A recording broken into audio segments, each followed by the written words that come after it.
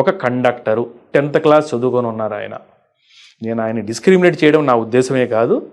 10th class చదువుకొని conductor ఉద్యోగానికి వస్తారు.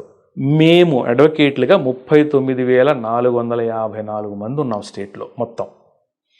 ఒక కండక్టర్ ఆర్టీసీ ఎంప్లాయీలో ఉన్న ఒక కండక్టర్ ఉన్న నంబర్ కంటే చాలా తక్కువ. మేము డబుల్ గ్రాడ్యుయేట్స్, అలాగే కోర్ట్ ఆఫీసర్స్, ఇంటలెక్చువల్ సమాజానికి, కానీ మాకు సదుపాయం లేదు.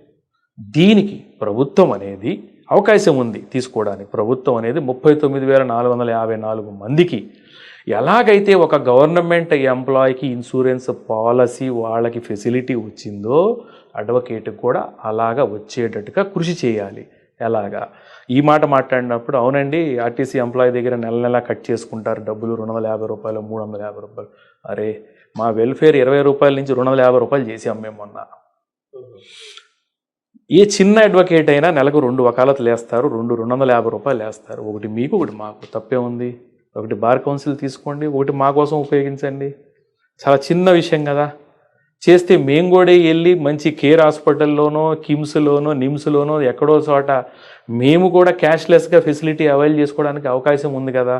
ఎందుకు మమ్మల్ని దీని నుంచి దూరం చేస్తున్నారు? మెడికల్ ఫెసిలిటీ ఎప్పుడు వస్తుందో తెలియదు, ఏం జరుగుతుందో తెలియదు.